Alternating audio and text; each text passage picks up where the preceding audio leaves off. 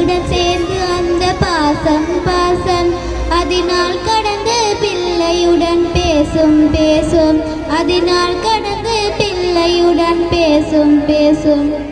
அன்றொரு நாள் மன்னன் சாலமன் சபையிலே ஒரு விசித்திரமான வழக்கொன்று வந்தது. ஒரு குழந்தை, இரு தாய்மார்கள். இரண்டு தாய்மார்களும் இது தங்களுடைய குழந்தை என்கிறார்கள். அந்த குழந்தைக்கோ தன் தாய் யார் என்று சொல்ல தெரியவில்லை. மன்னன் சாலமன் சற்று யோசித்தான். ஒரு தாயால் பல பிள்ளை பெறுவதுண்டு, இரு தாய்க்கும் ஒரு பிள்ளை வருவதுண்டு.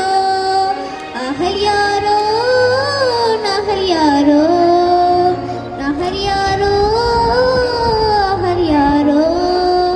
ஆரியன் மன்னன் சொன்னான், முடிவில் ஒன்று முடிவில் ஒன்று. இச்சபையிலே விசித்திரமான வழக்கொன்று. காவலாளி எங்கே? அரசே, இதோ கிடக்கும் இந்த குழந்தையை சரி பாதியாக வெட்டி இருவருக்கும் பாதி பாதியை கொடுங்கள். இதை தவிர சிறந்த தீர்ப்பை என்னால் வழங்கவே முடியாது. சொன்னதை செய்யுங்கள்.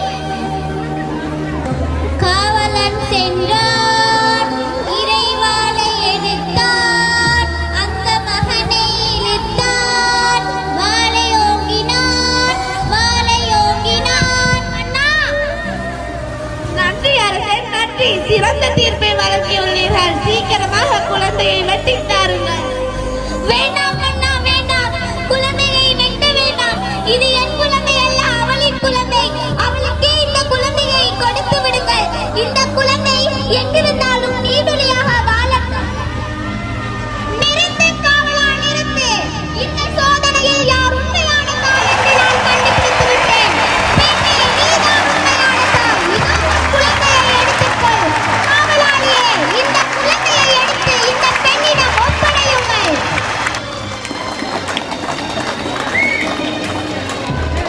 காவலாளியே, இந்த பெண்ணை இழுத்துச் சென்று சிறையில் அடையுங்கள்.